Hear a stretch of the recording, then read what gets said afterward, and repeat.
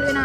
হ্যাঁ আমার তো রাধে রাধে, হরে কৃষ্ণ বন্ধুরা, welcome back to my channel. তোমরা সকলে কেমন আছো? আশা করছি তোমরা সকলে খুবই ভালো আছো। তো আমি সমস্ত ভিডিও কিন্তু পাট করে ছেড়েছি, তো তোমরা ভালো করে আরেকবার দেখে নাও যে সোনালীকে ফাইনালি কতটা সুন্দর লাগছে। তো দেখো অনেক কিন্তু রাত হয়ে গেছে আর আমাদেরকে খিদেও পেয়েছিল, তো আমরা কিন্তু ফাইনালি এখন খেতে চলে এসেছিলাম। তো দেখো সবাই এখন পুরো টেবিল ফাঁকা, আমরা 3জন মানে 4জন মাত্র বসেছিলাম, এক এক করে সবাই আসছে। তো মোটামুটি বিয়েতে তো আমাদের খুবই এনজয় করেছি, মানে খুবই মজা হয়েছে।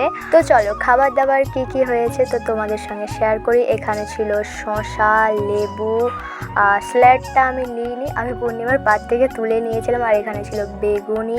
যখনই আমি স্যালাড নিই তখনই আমাকে পেঁয়াজ আরে দিয়ে দেয়, আর আমি স্যালাডের মধ্যে একটু গাজরটা খাই আর শসাটাও খাই।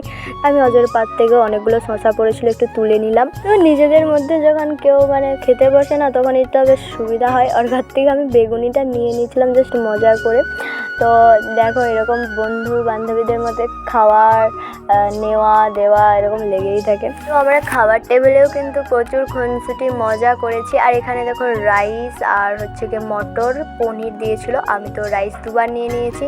আর এখানে ছিল পটল চিংড়ি। আর দেখো বন্ধুরা আমার পাতে প্রায় 6-7টার মতো চিংড়ি মাছ পড়েছিল, অজয়ের পাতেও একটাও পড়েনি আর পুনুর পাতে একটাও পড়েনি, তাই আমি কিন্তু ওদেরকে তুলে দিচ্ছিলাম। তো ওরা চিকেন খাচ্ছিল আর আমাকে দিয়েছিল মাছ। আমি তো মাছ খাবোই না, কিন্তু পুনু আরে সবাই জোর করে আমাকে মাছ নেওয়ান করেছে। দেখো বন্ধুরা আমরা দেখো খাবার এমনিতেই কত সবাই খেতে পায় না, আর আমাদের খাবার নষ্ট করা একদম উচিত নয়।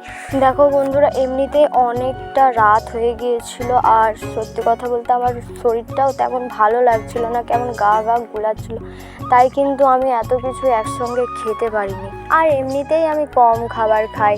আর দেখো আমরা সবার প্রথমে খেতে বসেছি আর সবার লাস্টে আমরা উঠছি। দেখো বন্ধুরা এখানে আমরা খাওয়া দাওয়া করেছি, প্রচুর মজা করেছি। আর এখানে দেখো গিফটটা যে ওকে দেওয়াই হয়নি সেটা আমাদের খেয়ালই ছিল না, তো এখানে সোনালীকে আমরা গিফটটা দিয়ে দিচ্ছিলাম। আর এদিকে দেখো বিয়ে কিন্তু শুরু হয়ে গেছে, আর এখানে বড় বড় পান পাতা দিয়ে মুখ ঢেকে এখন নিয়ে যাচ্ছে কনেকে। সত্যি কথা বলতে এই অতিরিক্ত গরম আর অতিরিক্ত শীত এই দুটোতে ঠিক আছে বিয়েটা না করাই উচিত। যখন না থাকবে শীত না থাকবে গরম তখন করাটাই ভালো, নাহলে প্রচণ্ড কষ্ট বন্ধুরা, সত্যি প্রচণ্ড কষ্ট। মানে যারা এই সিজনগুলোতে বিয়ে করেছে বা করবে তারাই একমাত্র জানতে পারবে যে কষ্টটা কতখানি। আর এখানে চলছিল শুভ দৃষ্টি গামছাই করে। আর অনেকটাই রাত হয়ে গিয়েছিল আর আমার ঘুমও পাচ্ছিল, তাই কিন্তু আমি পুরো বিয়েটা দেখতে পারিনি, আমি ঘুমিয়ে পড়েছিলাম। তো ভিডিওটা কেমন লাগলো কমেন্ট করে জানাবে। টাটা।